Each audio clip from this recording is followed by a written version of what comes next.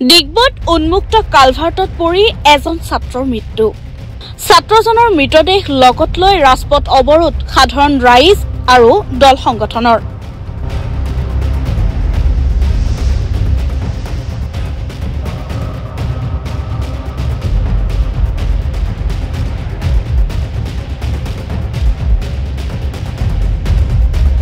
ডিগবৈত উন্মুক্ত কালভাৰ্টত পৰি এজন ছাত্ৰৰ মৃত্যু হোৱাৰ পাছতেই ডিগবৈ বাপাপুঙত মৃতদেহ লৈ ৰাজপথত প্ৰতিবাদ সাব্যস্ত কৰিলে বিভিন্ন দল সংগঠনৰ লগতে স্থানীয় ৰাইজে।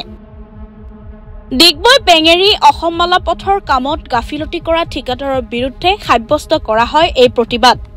ঠিকাদাৰ মতলেবুদ্দিন আহমেদক ব্লেকলিষ্টেড কৰাৰ দাবী প্ৰতিবাদকাৰীৰ। অসম মালাক লৈ উন্নতকৰণৰ কাম চলি থকা পেঙেৰী হৈ ডিগবৈ বৰডুমচা পথৰ ডিগবৈ পেঙেৰী অংশটোৰ ঠিকাদাৰজনক মতলেবুদ্দিন আহমেদে সৃষ্টি কৰা মৰণ ফান্দে বহু লোকক ইতিমধ্যে খুনীয়া কৰাই নহয় প্ৰাণ পৰ্যন্ত লোৱাৰ অভিযোগ এতিয়া ৰাইজৰ। 14 ছেপ্টেম্বৰ তাৰিখে সন্ধিয়া প্ৰায় 8 বজাত মুলিয়াবাৰী বজাৰৰ পৰা স্কুটিৰে বাপাপুঙলৈ উভতাৰ পথত ডিগবৈ পেঙেৰী পথৰ এটা উন্মুক্ত কালভাৰ্টৰ ওপৰত দুৰ্ঘটনাত পতিত হয় পেঙেৰীৰ আদৰ্শ গাঁৱৰ যুৱক দলত ফুকন আৰু তেওঁৰ বন্ধু ডিগবৈৰ কেন্দুগুৰি গাঁৱৰ নিবাসী অংকুৰ বৰা।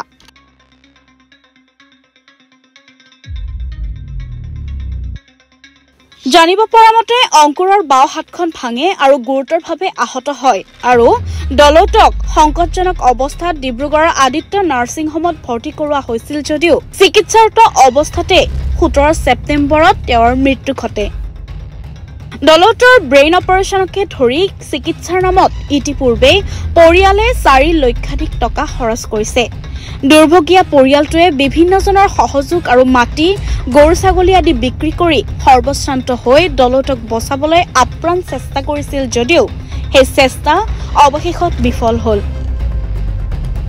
পথটোৰ সম্প্ৰসাৰণৰ নামত ঠিকাদাৰ আহমেদে দীৰ্ঘদিনৰ পৰাই পথৰ দুকাষে গাঁত খান্দি ৰখাৰ উপৰি প্ৰায় 1 ডজন কালভাৰ্ট নিৰ্মাণৰ বেলিকা বিভাগীয় নীতি নিৰ্দেশনা উলংঘা কৰাৰ অভিযোগ দীৰ্ঘদিনীয়া।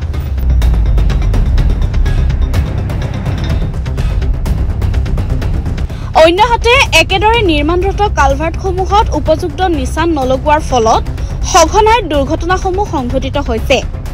উল্লেখ্য যে উক্ত দুৰ্ঘটনাটো সংঘটিত হোৱাৰ পাছতেই ঠিকাদাৰ পক্ষই ফিটা লগাই প্ৰতিবন্ধক চিহ্ন লগোৱা দেখা গৈছে। বুধবাৰে বিয়লি স্থানীয় দল সংগঠন আৰু ৰাইজে মৃতদেহ লৈ ঠিকাদাৰৰ গাফিলতিৰ বিৰুদ্ধে প্ৰতিবাদ সাব্যস্ত কৰে। মূল দাবীসমূহৰ ভিতৰত উপযুক্ত ক্ষতিপূৰণ প্ৰদান আৰু ঠিকাদাৰ মতলেবুদ্দিন আহমেদক ব্লেক লিষ্টেড কৰিবলৈ হুংকাৰ প্ৰদান দল সংগঠনৰ। ঠিকাদাৰৰ বিৰুদ্ধে পৰিয়ালৰ লোকে ডিগবৈ থানাত এখন এজাহাৰো দাখিল কৰিছে। আমাৰ পেঙেৰী আদৰ্শ গাঁৱৰ ভাইটি আমি হেৰুৱাইছো। আমি অন্তত সঁচাকৈ বহুত দুখ পাইছো। আজি বিভিন্ন দল সংগঠন AJYCP মৰাণ ছাত্ৰ সন্থা গোৰ্খা ছাত্ৰ সন্থাৰ পৰা আদি কৰি আছুপা আদি কৰি বিভিন্ন দল সংগঠন লগতে ৰাইজ একত্ৰিত হৈ আমি বাপাপুঙত আমি পথ অৱৰোধ কাৰ্যসূচী গ্ৰহণ কৰিছো মৃতদেহ লৈ পেলাই।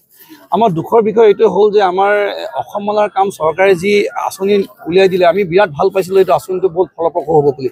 কিন্তু আমি ইয়াত দেখিবলৈ পালো যে আমাৰ ইয়াত লোকেল MLA শ্ৰীযুত সুৰেন ফুকন ডাঙৰীয়াই আমাৰ এই যি আমাৰ ঠিকাদাৰ কৰি আছে এই মতলবুদ্দিন আহমেদে যি ঠিকা ঠুকুলি লৈ কাম কৰি আছে সেই কোনো কামত তেওঁ কোনো ধৰণৰ গুৰুত্ব দিয়া আমি নেদেখিলোঁ। এতিয়া কি মৰম চেনেহ আছে কোনো আমি গম নাপাওঁ। সৰ্বাংগীন উন্নয়নৰ কাৰণে আমাৰ MLA চাহাব বুইডিং মোজালৈ অহা যোৱা কৰি থাকে। অহা যোৱা কৰি ফলত দেখিব লাগে এবছৰৰ পৰা ধৰি অসম মালাৰ কামে ইয়াত খান্দি থৈ দিয়া গাঁত আছে, প্ৰকাণ্ড গাঁত আছে। ইয়াত এম্বুলেঞ্চ এক্সিডেণ্ট হৈছে। এই সকলো নিউজ আপোনালোকৰ সংবাদ মাধ্যমৰ সকলোতে ওলোৱাৰ পাছতো আমাৰ MLA চাহাবে কিয় ক'ব পৰা নাই যে মতলবুদ্দিন তুমি কামটো এনেকুৱা কিয় ইমান হেমাহি কিয় কৰিছা বা পলম কিয় হৈছে কামত।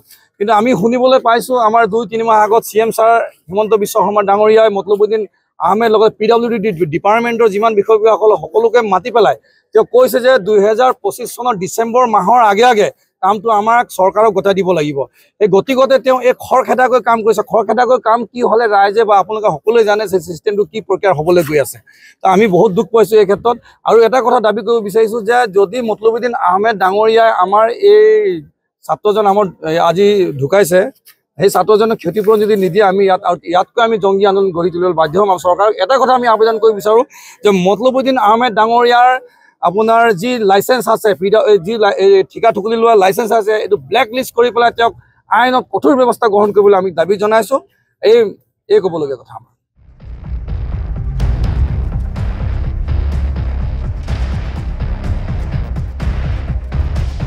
ডিগবৈৰ পৰা Bishnu Phukan report, the news আৰু ডি নৰ্থ ইষ্ট।